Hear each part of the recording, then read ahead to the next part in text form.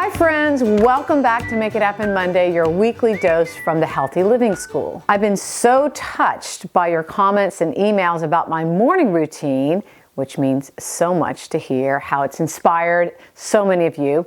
Many people asked about my evening routine. So today I'm excited to share what I do to wind down and set myself up for a restful night of sleep. I see mornings and evenings as the bookends of the day, which are great opportunities to build healthy grounding rituals. My evening routine is all about helping my body and mind transition into rest and recovery. So here's what I typically do. I generally finish my workday around 5, and then I like to go out and move a bit. Typically it's gonna be a quick walk, 20 minutes, no phone, just like shaking off the day, right? A couple days a week I go to Pilates. And then what I love about the opportunity to walk outside right after that, finish my workday, is also gives me some light from natural sunlight into my eyes, which is really good for entraining that circadian rhythm, so important for your health.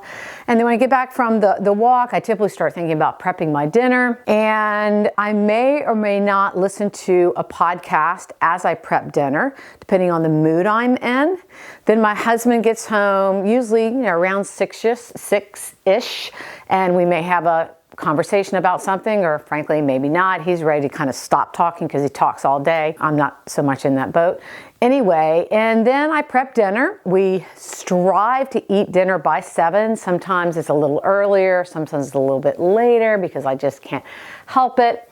And then after eating, I usually have about a window of maybe an hour where I might do a household chore. Maybe I'm going to sit down and read something I really want to read. And then about 8, we will allow ourselves to watch one episode of some series, typically that we're watching. Occasionally we'll watch a music documentary, and that kind of, I'm watching content that is not going to kind of jazz me up, excite my nervous system. That's real important to me. I know the importance of really trying to get the nervous system calm in the hour or two before bed. The other thing I haven't mentioned yet that's very important that I start thinking about 6 o'clock or before is making sure I am limiting my eyeballs exposure to bright artificial light. Think LEDs, think the backlighting of computers, the phone. So I turn off the overhead lights, try to use indirect lighting, including even like where I am in the kitchen. The later the evening gets, the more conscious I am in limiting my eyeballs exposure to light. And then let's see, so let me get back to, we watch the television program. Typically we finish about 9, maybe it's a little bit after 9, and then we're gonna walk up to bed. I'm always gonna take a quick, really hot shower. First of all, it feels so darn good.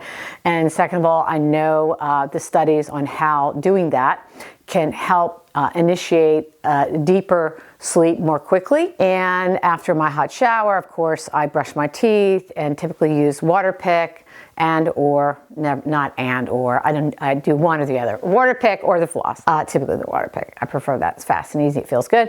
And then I do take magnesium before bed. I know everyone's going to ask me, well, what is the magnesium you take? It's a mixture of magnesium glycinate and threonate and I think one other magnesium salt, but it's the Mag Enhanced brand. I like it. Helps me sleep better. And then I get into the bed and I'm usually, I'm going to read anywhere from, 5 to 25 minutes. It depends on when I start getting really sleepy. And I stop reading when I've usually fallen asleep a little bit. Before I start reading the book, sometimes after, but again, toward the very end there, I'm laying in the bed. I will tape my mouth.